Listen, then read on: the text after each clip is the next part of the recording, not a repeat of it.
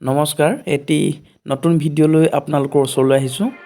আজি আপোনালোকক দেখুৱাব বিচাৰিছোঁ আমাৰ চিৰা প্ৰস্তুতকৰণৰ এটি ভিডিঅ'টোত আপোনালোকে মন কৰিছে ধানখিনি এনিশাৰভাৱে ভিজাই থোৱাৰ পাছৰ দিনা আধা ঘণ্টামানৰ কাৰণে বইল কৰা হৈছে।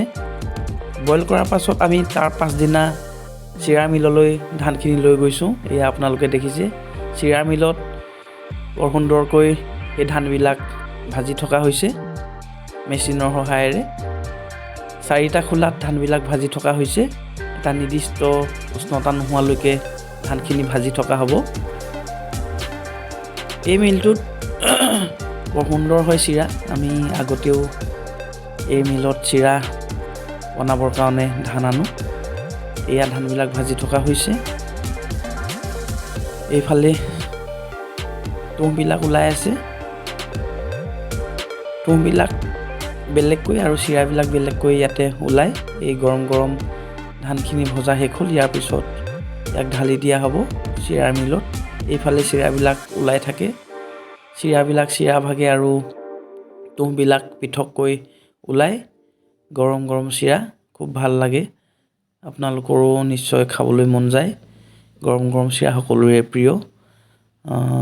আমি বিহু বুলি যোগাৰ কৰিছোঁ। আপোনালোকেও নিশ্চয় বিহুৰ বাবে যোগাৰ কৰিছে। কি যোগাৰ কৰিছে নিশ্চয় কমেণ্ট বক্সত জনাব। আমি ভাল পাম।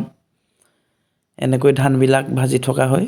বৰ সুন্দৰকৈ ভাজা হয় ইয়াতে। মেচিনৰ সহায়েৰে ভজা হয়। বেছি সময় নালাগে। আমি বেছি নহয়, প্ৰায় 40 কেজিমান ধানৰ চিৰা প্ৰস্তুত কৰিবৰ বাবে ইয়ালৈ আনিছোঁ। ইয়াত ধানবিলাক ভজা হোৱাৰ পিছত মেজত ঢালি দিয়া হ'ব। বৰ বেছি দীঘলীয়াও নকৰোঁ। আজি বহুতেই হয়তো চিৰাৰ মিল দেখা নাই, সেয়ে আজি দেখুৱাম বুলি ভাবিলোঁ। আপোনালোকৰ বিহু খাবলৈ নিমন্ত্ৰণ থাকিল। চিৰাৰ জলপান নিশ্চয় খুৱাম। আপোনালোকেও যদি বিহুৰ বাবে নিমন্ত্ৰণ জনায় সঁচাকৈ আমি বৰ ভাল পাম। এক কথাতে আমি গৈ আপোনালোকৰ পদূলিমুখ পামগৈ। আৰু বেছি দীঘলীয়া নকৰোঁ ভিডিঅ'টি ইমানেই। আজিলৈ এৰিছোঁ।